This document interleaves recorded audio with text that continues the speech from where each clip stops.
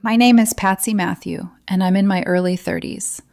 Old enough to recognize patterns, young enough to still feel the sting when they repeat. I grew up knowing exactly where I ranked in my family. Second. Always second. My younger brother Jason is 29 now and already the father of 4 children. His life has been a steady stream of milestones celebrated loudly and mistakes quietly excused. His first child came when he was 22. Another followed a year later, then another, and then just a few months ago, the 4th arrived, right on schedule, like no one ever questioned whether he could afford the life he kept creating. He lives with our parents in their 3-bedroom house, the one built back in the 1960s with thin walls and no insulation from noise or resentment. My mother, Diane, spends most of her days helping with the kids. My sister-in-law, Brianna, doesn't work, despite having a college degree. She says she's focusing on motherhood. But the truth is, my mom does most of the heavy lifting, while Brianna perfects the art of looking overwhelmed. Brianna is impressive in her own way. She's beautiful, I'll give her that. The kind of beautiful that makes people forgive her sharp tone, her condescending smiles, her habit of poking at you just enough to provoke a reaction, then collapsing into tears the moment you respond. She can cry on cue, full body shaking, voice cracking, mascara untouched. It's almost admirable. My parents know exactly what she's like. They just don't care. Because she makes Jason happy. And Jason has always been the center of their universe. Growing up, he could do no wrong. We're only 3 years apart, but it felt like he lived under a different set of rules. If he shoved me, it was kids being kids. If I snapped back, I was disrespectful. If he ruined something I cared about, I was told to let it go. If I cried, I was too sensitive. I learned early that defending myself only made things worse. The favoritism wasn't subtle. Other relatives noticed. Aunts commented, grandparents frowned, and every time someone called my parents out, they'd smile tightly and change the subject. Until eventually, they solved the problem by moving us 150 miles away, far enough that relatives couldn't drop by unannounced, far enough that holidays were optional, far enough that appearances were easier to manage. Jason thrived. I endured. By the time I turned 18, I left. I wasn't even fully done with high school. I couch surfed, slept in spare rooms, took whatever space people offered without complaint. Anything was better than living in a house where I felt like an inconvenience. My parents didn't come to my graduation. I remember standing there in my cap and gown, scanning the crowd out of habit, not expectation. When I didn't see them, I felt something unexpected. Relief. At least I didn't have to watch them clap harder for Jason in my imagination. For years after that, we maintained a fragile truce. I saw them on holidays. We exchanged polite conversation. They asked surface-level questions and never waited for real answers. Jason barely acknowledged me unless he needed something. Then the pandemic hit. In early 2020, I lost my job. My roommate lost his too. Our lease expired and unemployment checks weren't enough to keep the condo we'd been renting. It was a nice place, 2 bedrooms, decent neighborhood, the first home that had ever felt truly mine. I sold almost everything: furniture, kitchenware, decorations, anything that wouldn't fit into a drastically smaller life. I kept only what mattered and what I could carry. I owned a truck. I've always loved trucks. They feel solid, dependable, like they won't abandon you when things get rough. So I bought a used camper for $1,000, patched up but functional, and mounted it on the back. I told myself it was temporary. A few weeks, maybe a month. I made a plan. I'd park the camper at my parents' place. I wouldn't go inside. I'd stay out of the way. I'd save what little money I had and look for work. I called my mom. She answered brightly, like nothing had ever been wrong between us. When I asked if I could park the camper there for a while, the pause on the other end of the line stretched too long. I could hear children shouting in the background, the TV blaring, the chaos she willingly lived in. "We're kind of full," she said finally. "I wouldn't be inside," I replied, trying to keep my voice steady. just the driveway. My dad took the phone. "If you want to park it here," he said, "you'll need to pay us what it would cost to rent an apartment in your area." I thought I'd misheard him. "You want me to pay apartment rent?" I said slowly. "To park a camper?" "That's fair," he replied. "Your camper's an eyesore." I was unemployed. They knew that. In the background, I heard Brianna laugh. Jason chimed in, calling me a homeless bum, like it was a joke everyone was supposed to enjoy. My mother didn't stop him. She just murmured his name, the way you do when you don't actually intend to correct someone. That night, I parked in a store lot and slept with my shoes on. I barely slept at all. The next months were survival in its rawest form. Rotating parking spots, showering at a friend's place when I could, using gym bathrooms, living off microwaved food and whatever I could keep cold. People knocked on my camper and told me to leave. Others called it ugly. One man claimed to be part of a homeowners association, despite the fact that I wasn't even near houses. Sometimes I ran an extension cord to an outdoor outlet to charge my batteries. I hated myself for it, but I needed my fridge to work. I needed my phone. I needed to keep going. Then, after months of drifting, I found a job. Warehouse work in a neighboring city. Nothing glamorous, but steady. My boss didn't care where I lived as long as I showed up.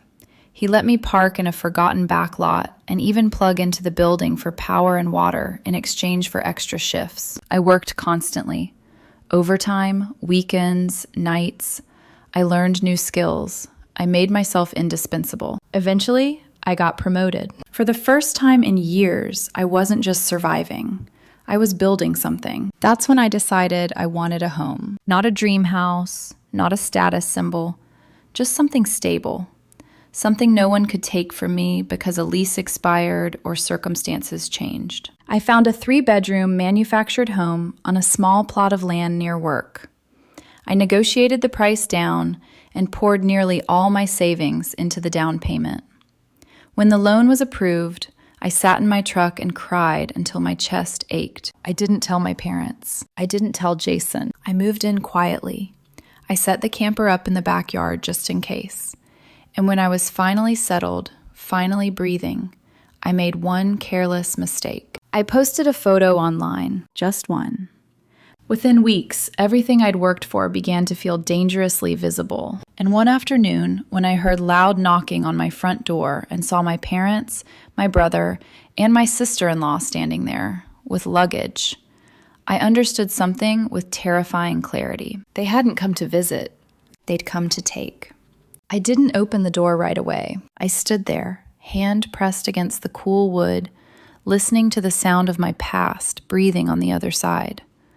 Luggage wheels scraped the concrete. Someone cleared their throat impatiently. My mother's voice floated through the door, overly bright, like she was hosting a brunch instead of ambushing her daughter. "Patsy, sweetheart, we know you're home." Of course she did. They always knew when it mattered to them. When I finally opened the door, they didn't wait for an invitation. They pushed past me like a flood. Jason walked in first, scanning the living room with narrowed eyes. Not admiration, not happiness. Assessment. Brianna followed, lips curled into a smile that didn't reach her eyes, already drifting toward the hallway, like she was choosing rooms in her head.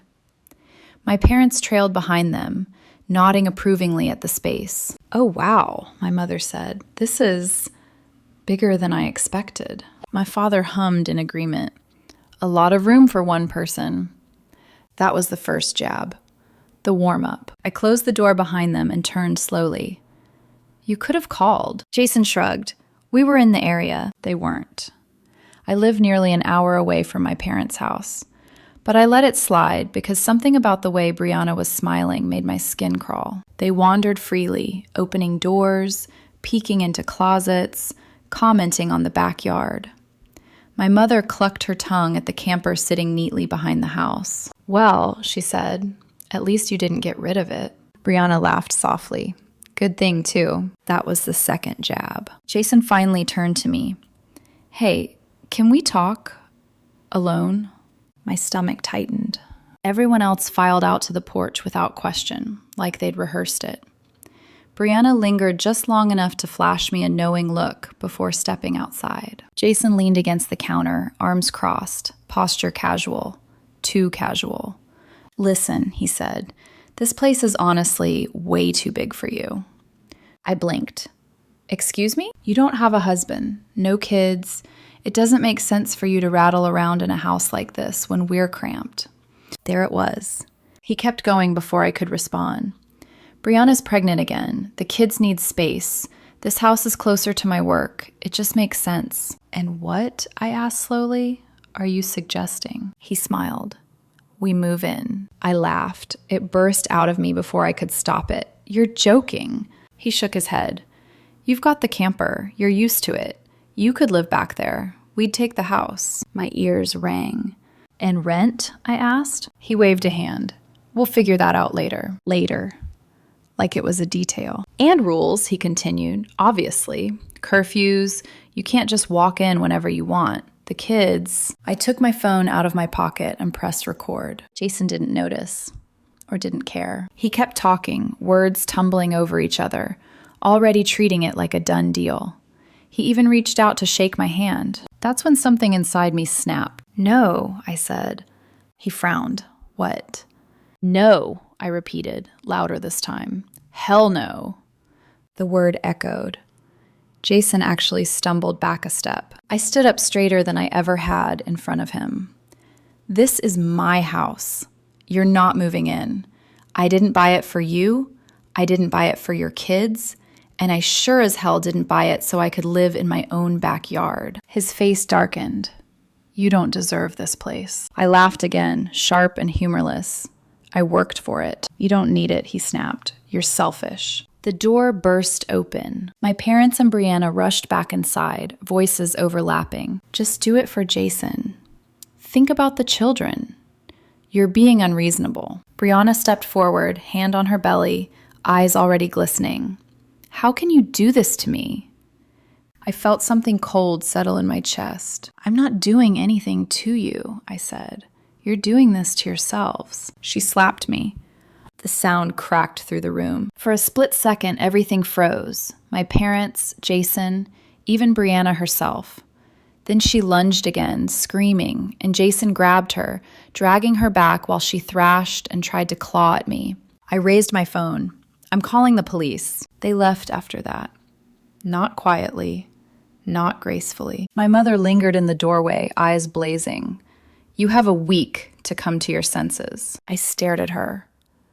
"Don't come back." That night, I posted everything. Before they could twist it.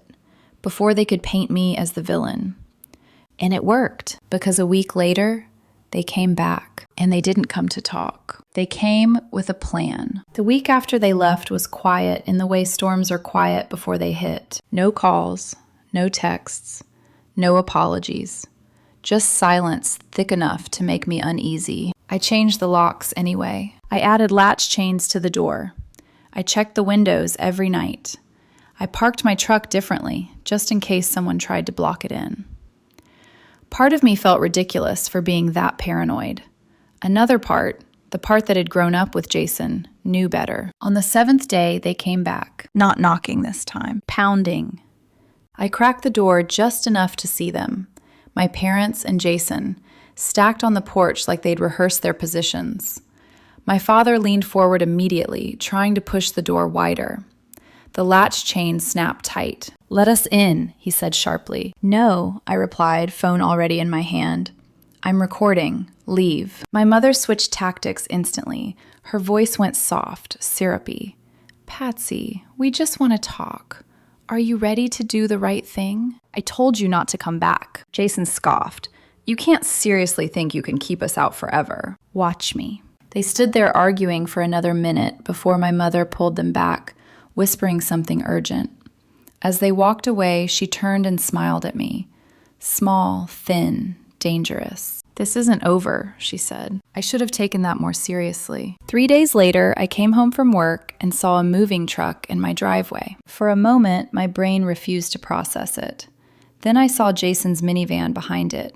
The back doors were open. Boxes were stacked on my lawn. My house. My legs went weak. Jason stepped out of the doorway like he owned the place, grinning as he waved. "Hey, sis!" Brianna appeared behind him, arms folded, belly pushed forward like a shield. "We're moving in," she said sweetly. "Like it or not." I didn't go inside.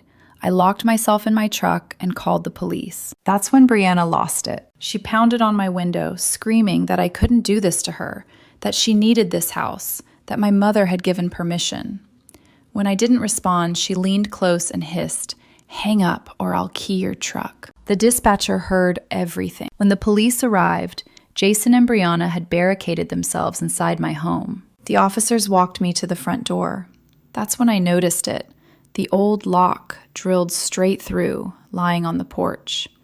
The drill was still there, the bits too. I laughed.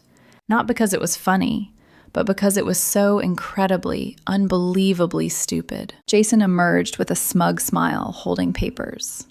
"We have a lease." The officer looked at me. I shook my head. The paperwork was laughable. No notarization, no witness, no signature that even resembled mine. "This is fraud," I said calmly. "Breaking and entering, assault. And I have video." That's when Jason's face went pale. My mother stepped forward, desperate now. "Patsy, please, just live in the camper. Let them have the house." I looked at her. Really looked at her. "If you think that's fair," I said, "give them your house." The officers separated us. One of them asked quietly if I wanted to press charges. I told them the truth. If they don't leave right now, I will. That did it. Brianna tore the fake lease into pieces, sobbing dramatically, flinging the scraps everywhere until an officer told her to pick them up or be cited for littering. Jason started loading boxes back into the truck while his kids cried. He looked at me with pure hatred. "Are you happy now?" I smiled. Very. By the time they left, 4 police cars were parked outside my house, and everyone in the neighborhood was watching. I thought it was finally over. I was wrong. Because humiliation doesn't stop people like my family. It just makes them desperate. And desperate people always come back one more time. After they left with the moving truck, the street went quiet in a way that felt unreal. I stood alone in my driveway long after the last police car disappeared, staring at the place where my brother's van had been parked, half expecting it to reappear. My hands were shaking, not from fear anymore, but from the delayed impact of what I'd just survived. I locked the door. Then I locked it again. That night, I barely slept. Every sound outside made my heart race, but nothing happened. No pounding, no calls, no threats. Instead, something strange happened. People reached out. Aunts, uncles, cousins I hadn't spoken to in years. Some of them apologized for not noticing, for not speaking up sooner. Others just said, "We're proud of you." A few admitted they'd always known something was wrong, but didn't realize how bad it was. For the first time in my life, the story wasn't being told about me. I was telling it, and people were listening. That's how Christmas Eve ended up happening at my house. I invited the relatives who had shown genuine support. Not out of spite, out of something quieter. Reclaiming. Choosing who family meant when blood had failed me. They drove 3 to 4 hours to be there. They hugged me like I mattered. They told me how impressed they were that I'd rebuilt my life from a camper and stubbornness. One aunt asked, gently, why I hadn't just driven back to live near them when things got so bad. I shrugged, embarrassed. This area had better work opportunities. I wanted to make it on my own. They nodded. They didn't argue. They respected that answer. The house felt warm, lived in, safe, for about 2 hours. Then no knock. No warning. My parents walked in like they belonged there. Jason, the music. I stood up so fast my chair scraped loudly across the floor. Get out. My mother smiled nervously, holding up a gift bag like a shield. We just want to talk. It's Christmas. Before I could say another word, my uncle, my mother's own brother, stood up and pointed at them. You have some nerve, he said. After what you tried to pull? Others joined in, voices layered, firm, unyielding. My grandparents stepped forward next, slower but no less decisive. My grandmother looked at my mother with a disappointment so deep it made the room fall silent. "If you want to fix this," she said, "it's far too soon. And you don't do it by barging in like thieves." Brianna collapsed into tears, dramatic and loud, complaining about space, about fairness, about how she deserved this house more than I did because she had children. Something in me hardened. "You don't even raise them," I said, my voice steady. "My mother does. You drink. You scroll. You complain." The room froze. Jason's oldest child ran forward, screaming at me for making his mother cry. Jason grabbed him, but the damage was done. The illusion shattered. Relatives spoke openly now about entitlement, about lies, about how long they'd ignored the obvious. Jason sat down, head in his hands, shrinking with every word. Eventually, my parents left. Again. This time, there were no ultimatums, just humiliation. After that night, things changed. Brianna stopped posting passive-aggressive rants online. When she tried one last time, suggesting my parents buy a camper and give Jason the house, it backfired spectacularly. My parents refused, loudly. Funny how unfairness only matters when it's their turn. Weeks passed. Life slowed. The camper stayed quiet in the yard, a reminder of where I'd been, but no longer who I was. Sometimes I stepped inside just to breathe, to remember that I survived. Jason and Brianna still live with my parents. I hear it's miserable. As for me, I host game nights. I make plans. I sleep without fear. And for the first time, when I lock my door at night, I know something they never understood. This life is mine.